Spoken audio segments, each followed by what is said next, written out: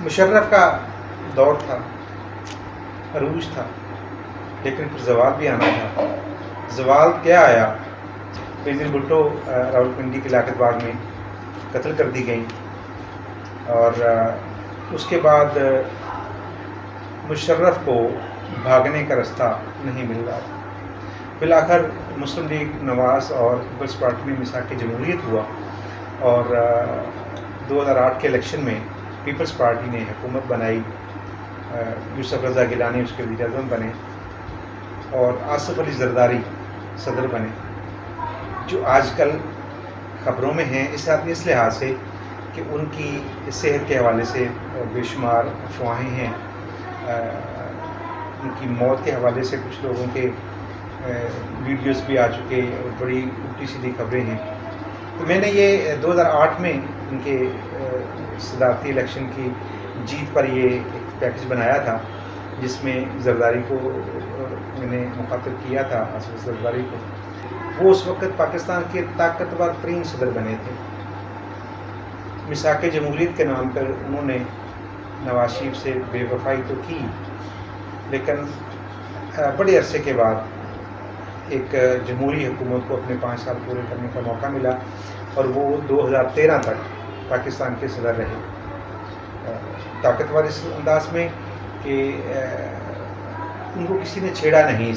ان کو supreme court کی طرف سے کافی پریشانی کا سامنا کرنا پڑا، اور اس میں بڑی حد تک ان کے اپنے وہ کرتوت کا لفظ کہنا چاہیے نہیں، لیکن پیپلز پارٹی جس کام کے لیے بدنام تھی، یا جس طرح زرداری صاحب 10% کے نام سے ایک لاحقہ ان کے ساتھ لگا ہوا تھا، تو اس حساب سے انہوں نے کافی کچھ فیس کیا سپریم کورٹ میں، لیکن اوورآل اس 5 سال میں کسی نے اس حکومت کو اتنا ڈسٹرب نہیں کیا۔ تو اس پیکج کو دیکھیے، یہ صرف ایک کندے مقرر کے طور پہ ہے، آپ کو اندازہ ہو جائے گا کہ اس دور میں لوگوں کی توقعات کیا تھیں اور لوگوں کے جذبات کیا تھے ایک طویل ماشاءاللہ کے بعد جمہوری حکومت کی بحالی پر۔ مشرف کے 2 قیدی پاکستان کے صدر اور وزیر اعظم بن چکے ہیں۔ یہ جمہوریت کا حسن کمال ہے کہ عوام نے 6 ماہ میں اپنے ووٹوں کی طاقت سے ملکی سیاست کا نقشہ بدل کر رکھ دیا ہے۔ وزیر اعظم یوسف رضا گیلانی کو ایوان نے مکمل حمایت کا سہرا پہنایا، تو آصف علی زرداری بھی ایک صحت مند سیاسی مقابلے کے بعد منصب صدارت کے حقدار ٹھہرے ہیں۔ آصف علی زرداری ایک مخصوص سیاسی جماعت کے نہیں بلکہ پاکستان کے صدر بن چکے ہیں۔ پاکستان میں صدارت کا سفر 1956 میں سکندر مرزا کے دور سے شروع ہوا۔ یوں تو پاکستانی سیاست بلوغت کی حدوں کو نہیں چھو پائی کہ آمریت ہر دور میں منہ کھولے کھڑی رہی اور متعدد بار حملہ آور بھی ہوتی چلی آئی ہے۔ آج ملک کے 4 سو ذوالفقار علی بھٹو اور بینظیر بھٹو کا نعرہ گونج رہا ہے، وہیں ان کے سیاسی وارثوں پر ذمہ داریاں بھی آن پڑی ہیں۔ 27 دسمبر سے عوام نے بینظیر بھٹو کے دکھ میں بہتے آنسوؤں سے لبریز لیکن پر امید آنکھوں سے نوید سحرے خوش رنگ کا خواب سجا رکھا ہے۔ وقت کے عمر کی رخصتی کے بعد اب عوام پہلے سے کہیں زیادہ پر امید ہیں۔ انہیں روٹی، کپڑا اور مکان کا نعرہ مستانہ بھی یاد ہے، تو دوسری طرف آئینی گنجلکیں بھی ہیں، اور سب سے بڑھ کر دشمنان پاک سرزمین کی طرف اٹھنے والی ٹیڑھی آنکھیں عوام کو بے کل کیے ہوئے ہیں۔ حکمرانوں کے راستے میں اب کوئی رکاوٹ دکھائی نہیں دیتی۔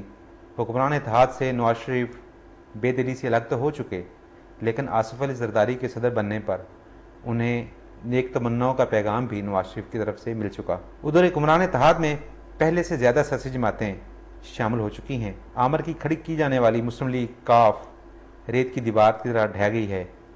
آصف علی زرداری پر ان کے پورے حلقہ انتخاب نے 2/3 سے زیادہ اکثریت سے اعتماد کا اظہار کر دیا ہے۔ اب ان نمائندوں کے 16 کروڑ ووٹرز کی نگاہیں ایوان صدر اور وزیر اعظم پر جا ٹکی ہیں۔ سیاسی مبصرین کے نزدیک آصف علی زرداری ملکی سیاسی تاریخ کے سب سے طاقتور صدر بن کر سامنے آئے ہیں۔ عام آدمی کو کسی مرد آہن یا مرد حر سے کیا لینا، وہ تو اپنے دکھوں کا مداوع چاہتا ہے۔ عوام کے ان خادموں اور ناموس وطن پر قربان ہونے کی قسمیں کھانے والوں سے یہ وطن عزیز آخر چاہتا ہے تو کیا؟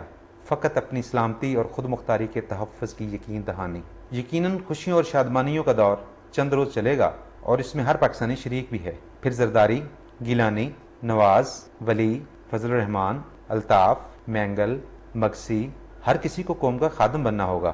اس بات کو یقینی بنانا ہوگا کہ خارجی اعتبار سے ہم اتنے مضبوط ہوں کہ کسی کو بھی، چاہے بش، کرزئی یا منموہن ہو، کسی کو بھی پاکستانی سرزمین پر اپنی فوج بھیجنے کی جرات نہ ہو۔